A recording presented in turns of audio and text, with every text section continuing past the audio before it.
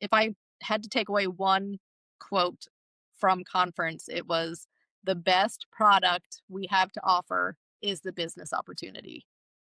And I had never thought of it that way. But then I'm looking around at all of the relationships I have, all of the opportunities. And then I started to make a list of all the things direct sales has taught me. Welcome to the Other 99% podcast. I'm your host, Lisa Duck, a coffee-loving direct sales enthusiast who's obsessed with a good digital system. Come join me for a realistic look into the world of direct sales.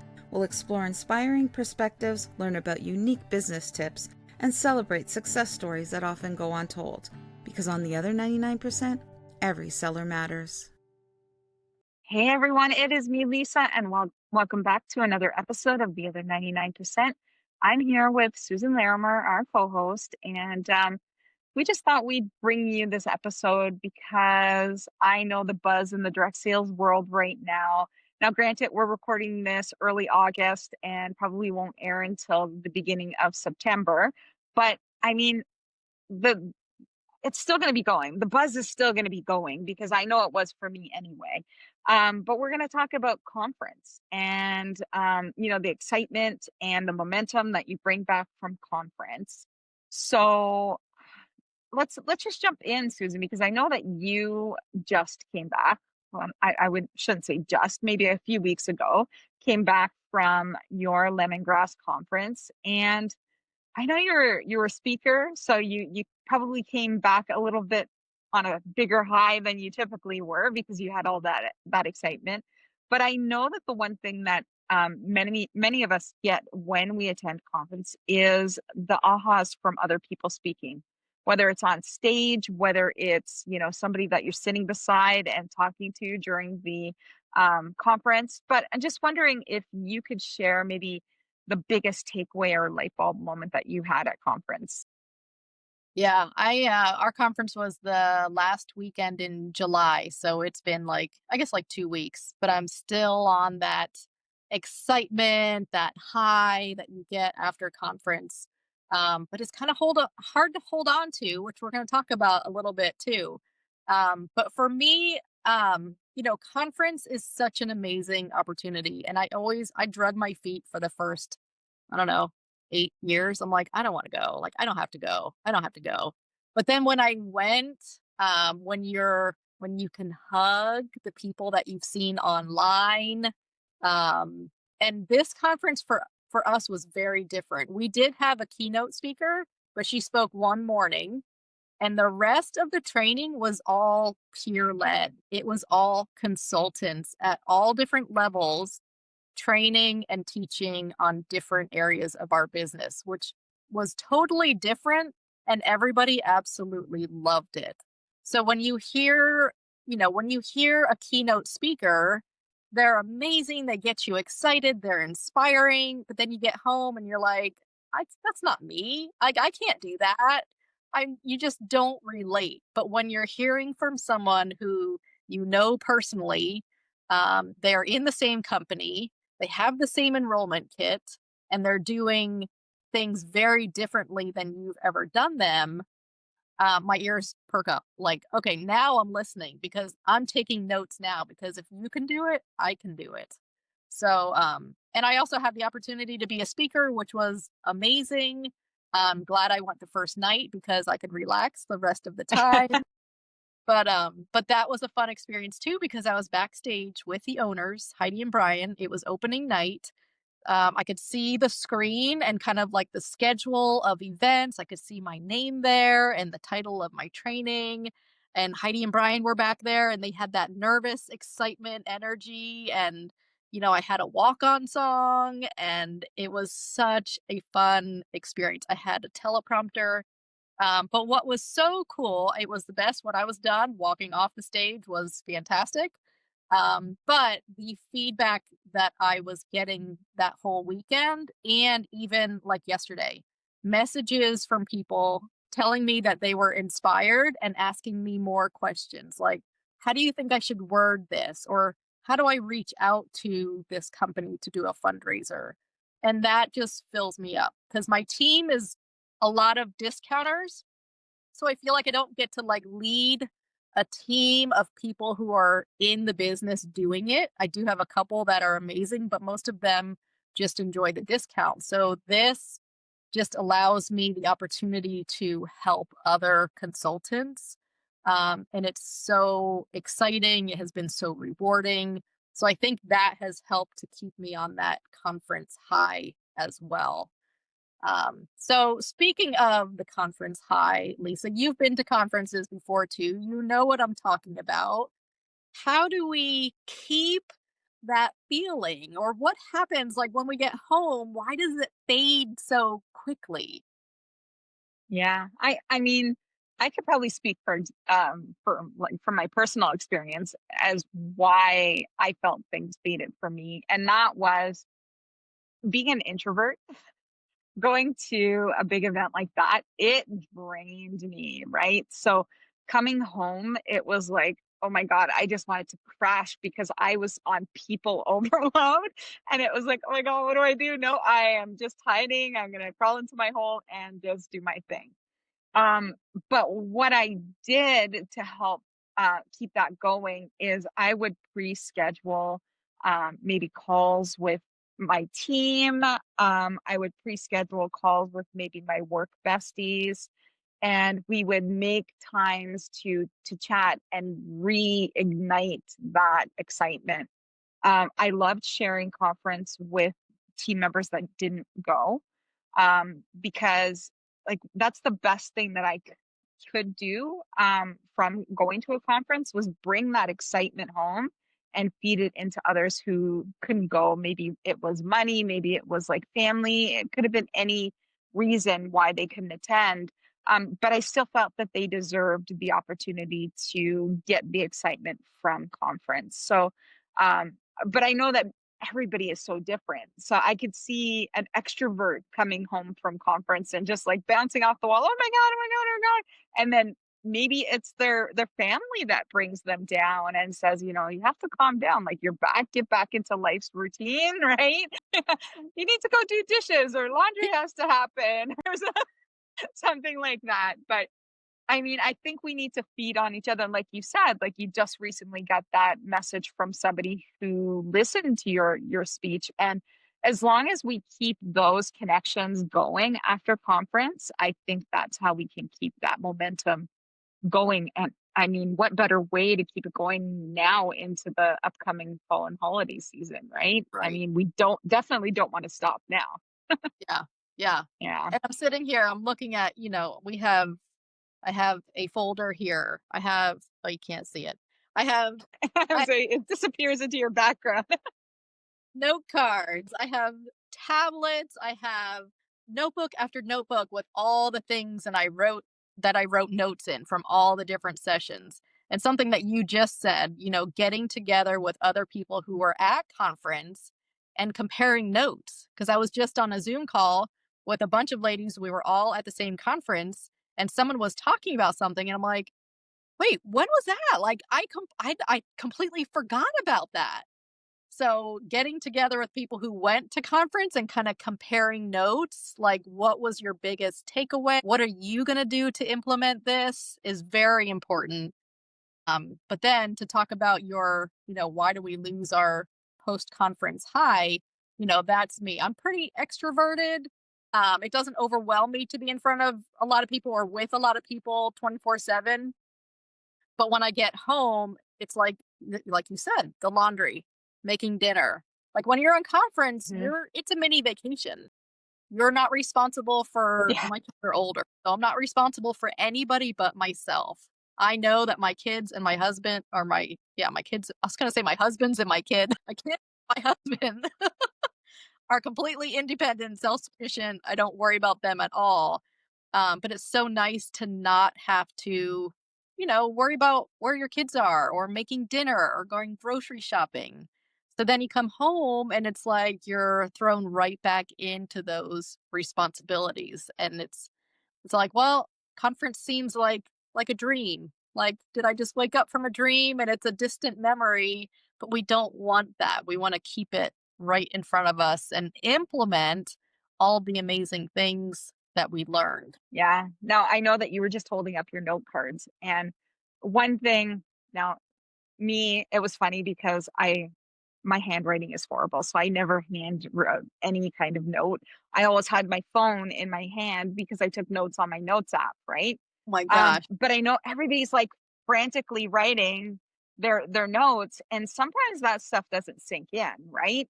But there might be like that golden nugget that that's buried inside of your notes. So what do you do to make sure that that is taken from all that chaos of your paper to bring Yeah. it like to the forefront so that you don't forget that golden nugget? Something I've done in the past, which we're getting ready to go on vacation again, and I hope to do it on vacation, is to, take all of the things that I wrote on, all of the notes, the screenshots that I took, take some time to just go to a quiet place and review everything and reflect. And then maybe like write down on a separate piece of paper 10 things I really want to remember and implement going forward. Lisa and I were talking like about a 90-day plan, and we love to do 90-day plans in the Modern Direct Seller Academy.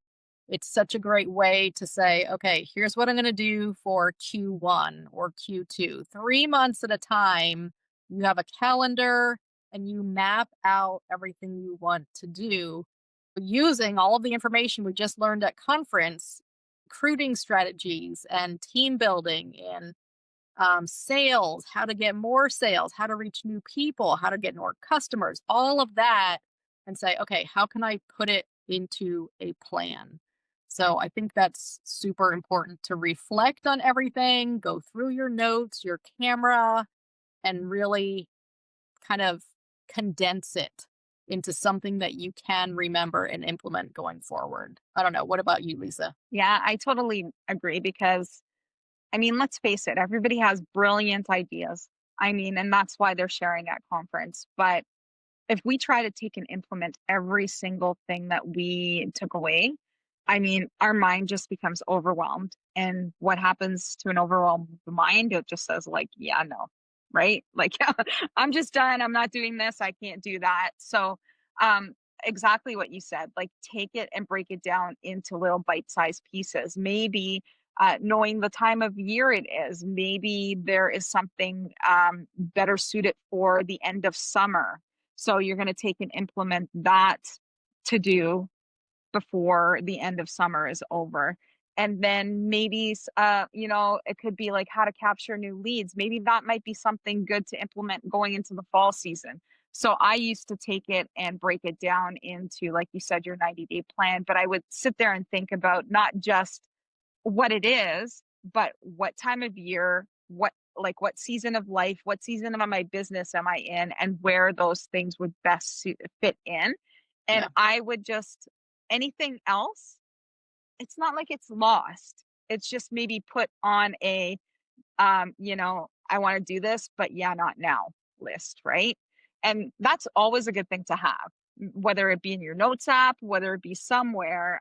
But like brilliant ideas that you've come across, but that it's just not something that you're going to implement at the moment.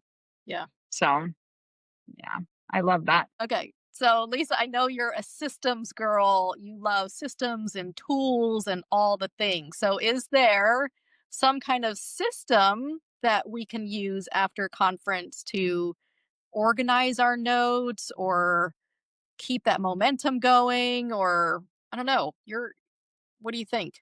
I I mean, yeah, everybody is so different. So to try to generalize this is going to be very hard. But I can give you tips on what I've seen people do that had worked for them. Um, Number one is probably the easiest thing that anybody can do is, and I remember my upline did it all the time. You would sit beside her, and all of a sudden, all the stuff starts coming out of the bag, right? So she had a notepad that she would write on. She would have her phone that she could take screenshots.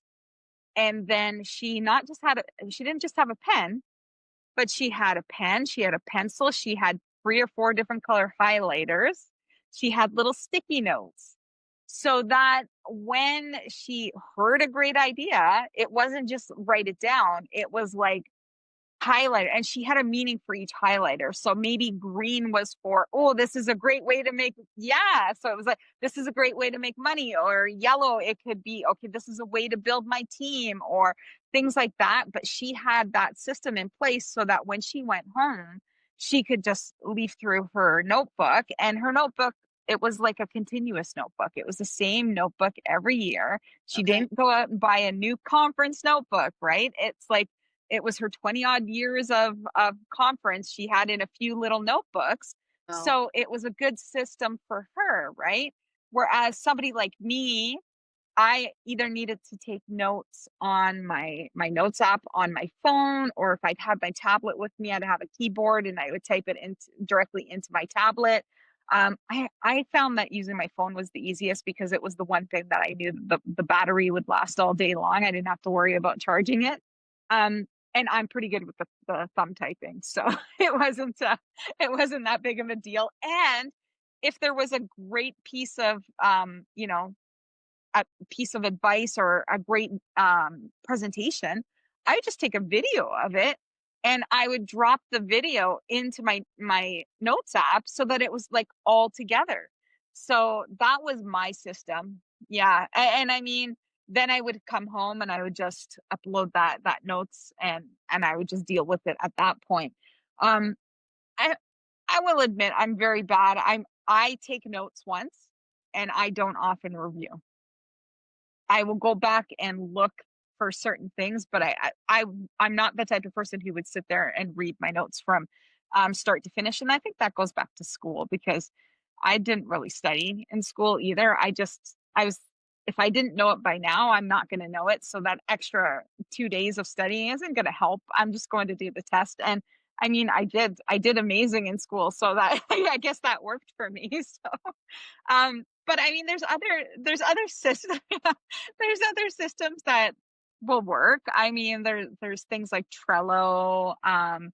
There's, if you want to go more advanced, there's like project management systems like ClickUp or Asana or something like that, where you can implement different things and then give yourself tasks to complete it. Like that's really high level digital stuff. But there's some people who love to do that, right? So yeah, it's all those different things, and how you, and it's just how your brain interprets stuff and how you run your business. I think that's the best way to do it, is just, if you're a pen and paper girl, don't try to be a digital girl. Just right. do the pen and paper thing because that works for you. And let me tell you, my upline, she was like always the top, within the top three of the company. So something was right. Yeah. Yeah. All right, Susan, what is one practical thing that direct sellers can do within their first week of being home to help their business move forward after a conference high? Yeah. So I think, when we are on that conference high, that's what we want to take advantage of, that feeling. You tend to get like a little bit more courage, a little bit braver after conference because you're so excited and you see what other consultants are doing. So that's the time that we should take advantage of that feeling and that courage to reach out to new customers, or maybe present the business opportunity to customers or friends. Like, we have that boldness that maybe we lose throughout the year because we're just kind of like in the trenches of business and day to day. But when you get home, you tend to, I don't know, do you agree? You're more excited and you feel this courage that you didn't have before. So that's the Mm-hmm. time to take advantage of it and have those conversations. So good example, I reached out to I kept thinking of one of my customers while I was at conference. She just started purchasing from me in January. It was a mutual friend who brought us together, and she was on a mission to replace her skincare, hair care, makeup with cleaner ingredients. So she's been purchasing from me since January, and really like big purchases. So she is really cleaning out Mm-hmm. house and swapping out her products. And I kept thinking of her because one thing we talked about a lot at conference is the business opportunity. And so I felt brave and courageous when I got home and I did a voice memo to her. And I'm like, I know you've been on a mission to really replace your products with clean ingredients.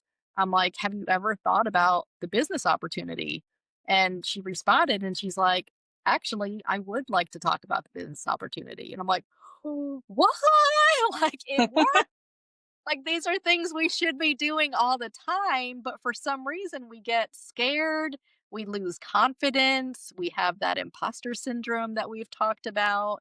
So when you are feeling bold and brave, take advantage of that feeling and just go for it and see what happens. Yeah. I find that one thing that always helps me keep the momentum going is to plan, like pre-plan my week back. So whether that was calls with my team or maybe I had an in-home event to share all the exciting stuff I had learned from conference with my customers or something like that. Because typically with Epicure, we would um, take a bunch of products home with us. So there was always something new to taste. And it would be one of those like, shh, this is a sneak peek, a special invite. You can't tell anybody, or, I'm in trouble here. But it was always a way to keep the excitement going. But I knew if I left it till the day I got back to plan it out, it wouldn't happen. So it was always on the books before I left.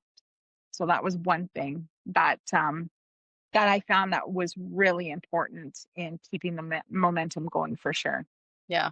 And sometimes at conference too, they even have like okay, get out your phone right now and reach out to one person or look at your Mhm. calendar and set a date of when you're going to host an event.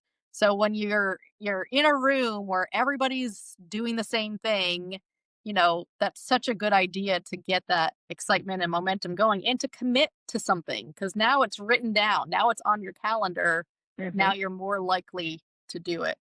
So, love that. Okay, so how can we use our conference stories and tips and everything like that to help our team and our customers?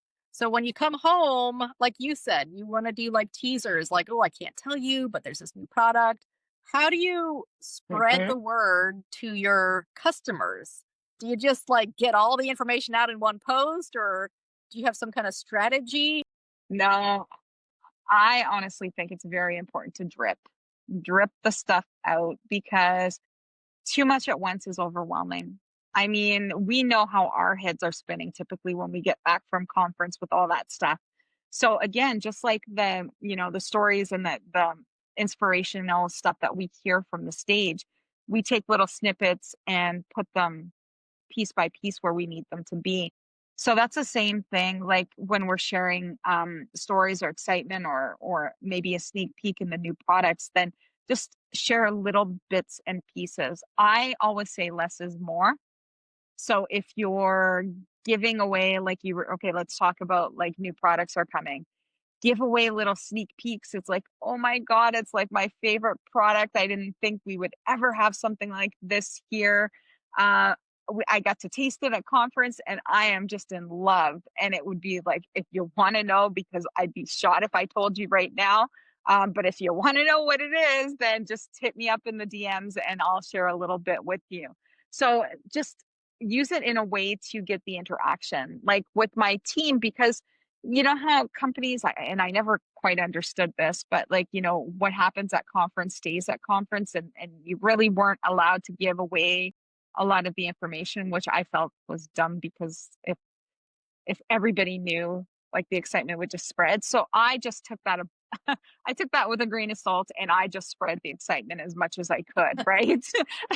And so I would share it with my team, share the little teasers that they might need to know to help them propel their business forward. Like, I mean, why wouldn't they get excited if I gave them a little sneak peek into something that was coming in a few months that, maybe they wouldn't know because they couldn't attend a conference. Like I want them to know everything so that so their business can benefit just as much as mine did, right? Yeah. So I would definitely share that. And then I found that if you shared stories from, the stories that you heard from people, it is so relatable because I don't care who you are. Okay. You could be the top person in the company. You could be the person with the sales of $250,000 a year. You're no different than I am, Mm, right? So by sharing their story with someone on my team, maybe there's something that would spark in them and say, yeah, you're right. They are no different than I am. However, they just did things consistently to mhm, get them to where they were. Well, I would use all of the stuff from conference to try to ignite interest and, get the momentum going for everyone, not just my team, but for me, for my customers. And I loved using little snippets on social media. I mean, social media is a gold mine when you get back from conference because people love to see a look inside your life, and what better way to interest somebody in the business opportunity to see what the camaraderie looks like how you have fun, and how your friends interact, and what you did the night that you weren't really at conference, and people just love to see those things. So yep, I definitely say, if you haven't shared your camera roll from conference yet on social media, start doing it. Because it's gold mine sitting there that you need to share. Yeah, yeah, and I for get it. I sure. mean, I know why companies don't want you sharing. They want everyone to come to conference. And I get that too. And when you've never been to a conference and your leader is feeding you all the information, they might think, well, I don't need to go to conference. I got everything. But Yeah. they're missing, like you said, going out afterwards and the fun. And we did a pyramid in our hotel room and we have this crazy picture of us. And you can't capture that and you can't share that with people who were not there other than a picture. But also what you said, dripping it out in stories, that has been working really well for me. We had so many new products launched. And so we had a Mhm. lot of new makeup launched. And I'm not a big makeup wearer, especially lipstick. And I think it's because I never found like that perfect shade, but I Mhm. had, there were like 3 shades that were introduced that I love, and so I just have a picture of me with the lipstick, and it says, "Finally, a lipstick that matches my olive skin tone." And there were so many comments, and there were people saying, "Okay, I want a link, like, what was the color?" and things like that. So and with the hair care too, I did a video. I cannot believe how soft my hair is with this new shampoo. So I'm Yeah, I not know. I wish I saying could get here my hands on a bottle of I that know. shampoo. We'll meet at the border. Yeah. But yeah, just sharing, how much I'm loving the products. I'm not sharing a link unless they ask for it.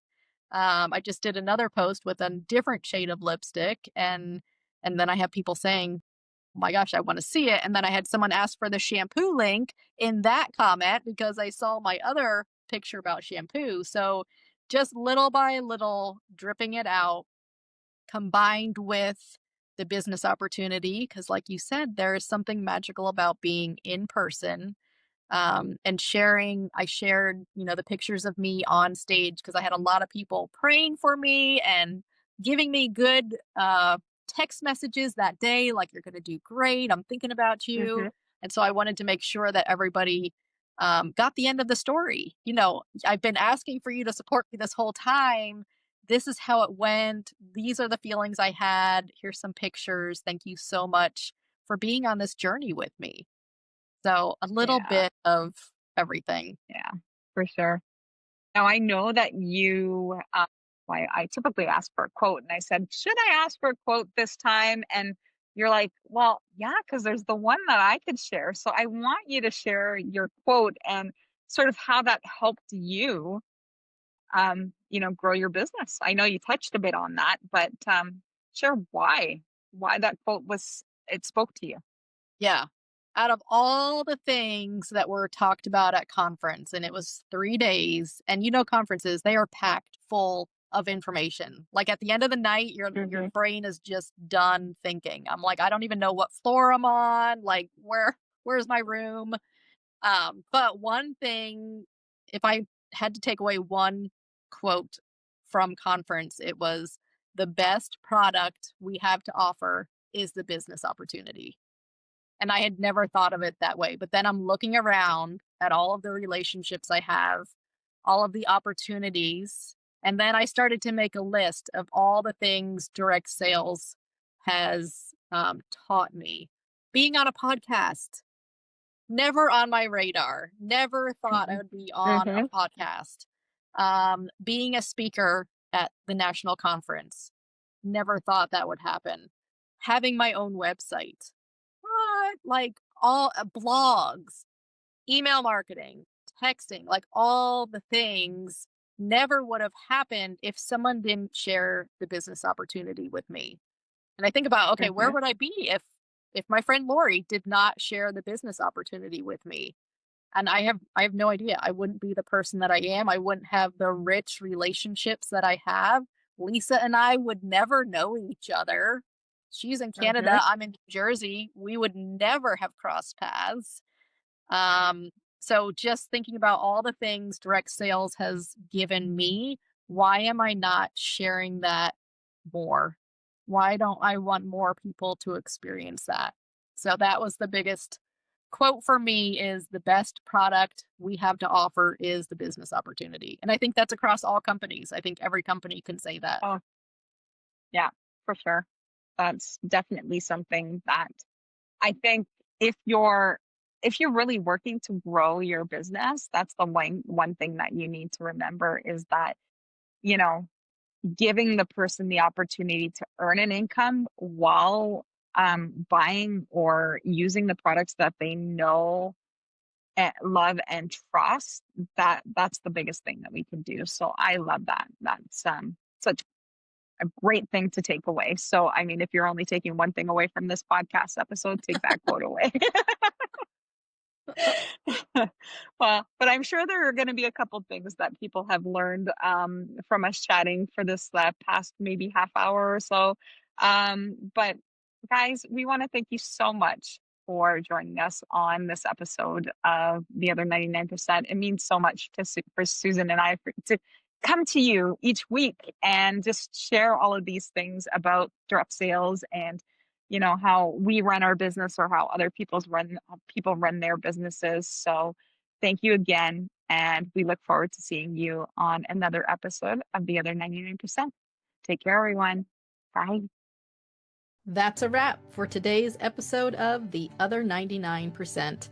We just want to say thank you. It truly means the world to us that you're here. Lisa and I absolutely love creating these episodes for you, and we're so grateful to have you in our community. If you enjoyed today's conversation, be sure to like, share with a friend, leave a review, and subscribe so you never miss a new episode. We drop fresh content every Tuesday. Got thoughts, questions, or ideas? Leave us a comment. Want to be a guest on the show? We would love to chat with you. Apply by clicking the link in the show notes. Thanks again for spending time with us today, and we'll catch you on the next episode of The Other 99%.